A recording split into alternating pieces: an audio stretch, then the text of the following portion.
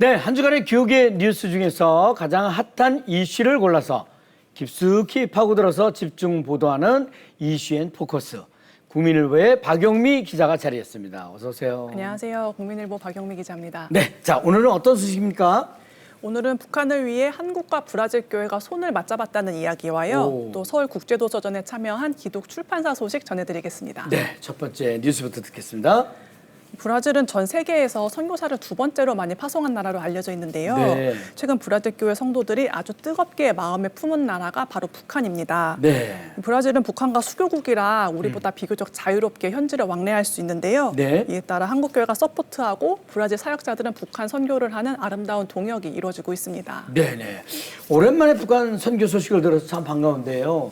우리가 갈 수 없는 길을 브라질 교회가 대신 가준다고 하니까 정말 하나님이 예비하신 신의 한 수가 아닐까 싶습니다. 네. 실제로 이렇게 동역하는 교회들이 늘고 있습니까? 네, 그렇습니다. 이 서울 산성교회는 브라질 출신 평신도 사역자의 학비와 주거비를 지원하고 있는데요. 네. 이분은 브라질에서 20년 넘게 성경적 상담 사역과 또 제자 훈련을 해온 베테랑 사역자입니다. 네. 이 한국에서 공부를 마친 뒤에는 탈북민 여성들을 치유하는 심리 상담도 하고 또 브라질 내에서 북한 선교 단체도 섬길 예정입니다. 네. 산성교회가 이 사역을 맡게 된 것은 최근에 브라질을 방문하고 아주 큰 감동을 받았기 때문인데요.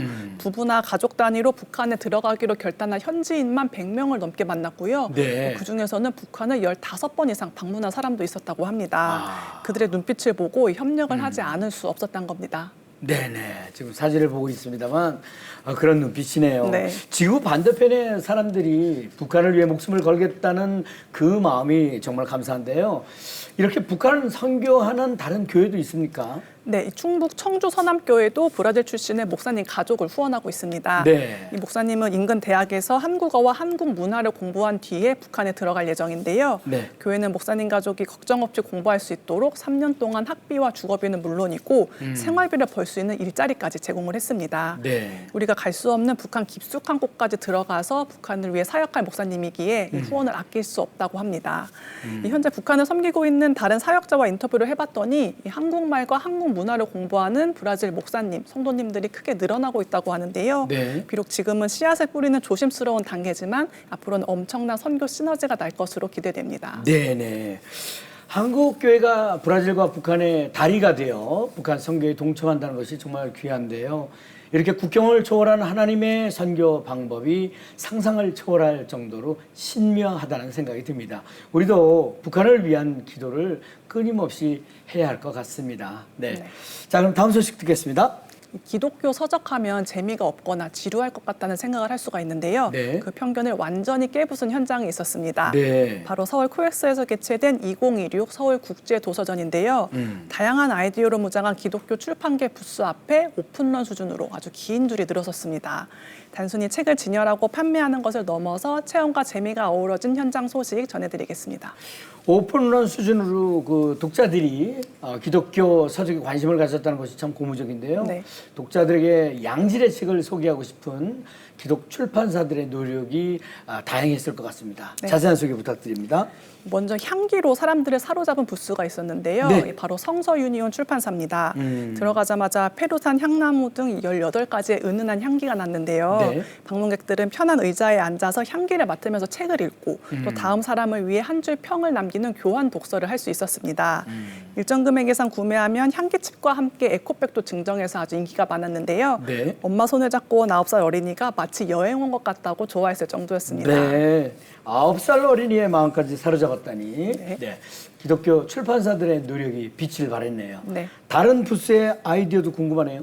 생명의 말씀사 부스는 화사한 핑크빛으로 꾸며졌습니다. 네. 청년들의 관심사인 연애와 사랑의 컨셉이었는데요. 책 5가지 사랑의 언어를 주제로 나의 사랑의 언어는 무엇인지 테스트를 해볼 수 있었습니다. 네. 테스트 후에는 귀여운 키링을 선물로 줬는데 아주 금세 동인할 정도로 인기가 많았다고 합니다. 네. 또 참가자들에게 중요한 의미를 전달한 부스도 있었는데요. 이 북한 선교단체 모퉁이돌 선교회가 만든 문광서원 부스에서는 북한 주민들이 들키지 않고 읽을 수 있도록 아주 작게 만들어진 성경책이 전시가 됐습니다. 네. 참가자들은 이런 전시물을 보면서 북한에 대해 한 번 더 생각하고 또 기도를 할 수 있었습니다.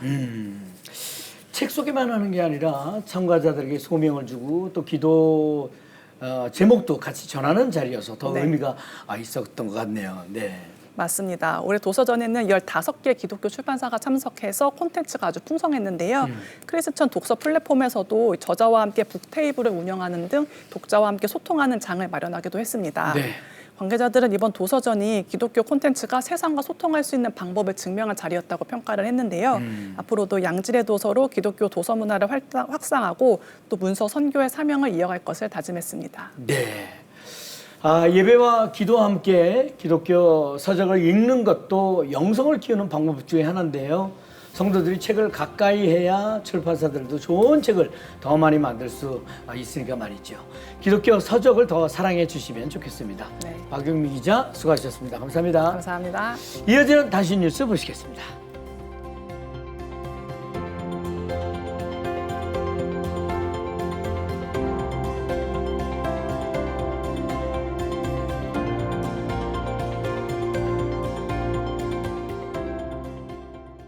네, 전 세계 교회와 선교지 소식을 발빠르게 전해드리는 월드뉴스입니다. 오늘은 잿더미 속에서도 복음의 희망이 싹트고 있는 우크라이나 소식을 전해드릴 텐데요. 최근 러시아의 대규모 공습으로 민간 시설들이 큰 피해를 입고 사망자도 많이 나왔다고 합니다. 그렇게 무너진 자리에서도 전쟁이 시작된 첫날부터 지금까지 단 하루도 예배를 멈추지 않은 교회들이 있고 또 무너진 집을 다시 세우고 있는 자원봉사자들이 있다고 하는데요. 정은질 리포터가 자세히 전해드리겠습니다.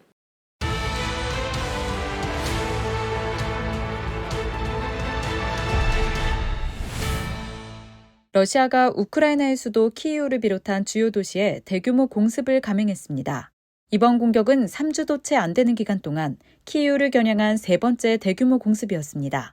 이 공격으로 민간인 22명이 숨지고 138명이 다쳤습니다.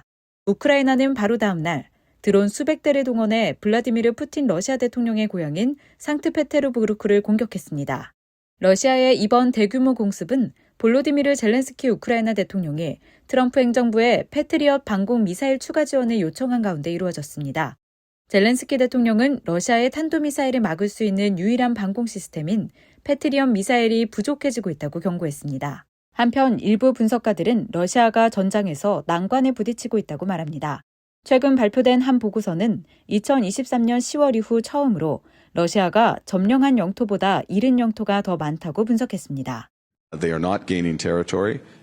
Ukraine is able to strike, as you see, increasingly deep into Russian territory on strategic energy and other targets. 러시아의 손실은 계속 늘어나고 있습니다.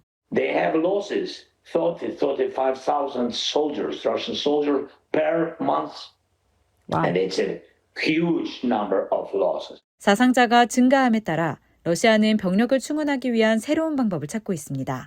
자국 내 신규 입대자들에게는 인센티브를 제공하는 한편 아프리카와 중앙아시아에서 외국인 전투원 모집에 나섰습니다. They're losing troops faster than they can replace them. 일부 러시아 정부 관계자들이 전쟁으로 인한 경제적 부담이 가중되고 있다고 푸틴 대통령에게 직접 경고했다는 보도도 나오고 있습니다. Already now, a significant number of the regions are in a state of bankruptcy, and Putin is leading Russia toward bankruptcy. 막대한 비용을 치르고 있는 이 전쟁이 얼마나 지속될지 의문의 목소리가 높아지는 가운데 아나톨리 카류즈니 목사의 뉴라이프 교회에도 미사일이 교회 건물에 떨어지면서 주일학교와 청소년들을 위한 공간 그리고 교회 사무실이 크게 파손됐습니다. 하지만 아나톨리 목사는 예배당이 완전히 파괴되지 않은 것이 기적이라고 말했습니다. When I saw our worship building, I was full of joy because I understand it's a great miracle.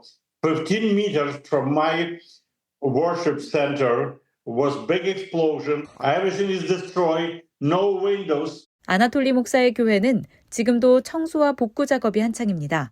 전쟁이 5년째로 접어들었지만 성도들이 사역을 이어가는 것은 막지 못했습니다. From the first day of the war until now, we didn't miss any church service. Many people leave the Kiev city, but our church very active during all of this time. 미사일이 교회 건물을 부수었지만 성도들의 믿음마저 꺾지는 못했습니다. 전쟁이 장기화되는 가운데 우크라이나 교회들은 계속해서 예배를 이어가고 있습니다.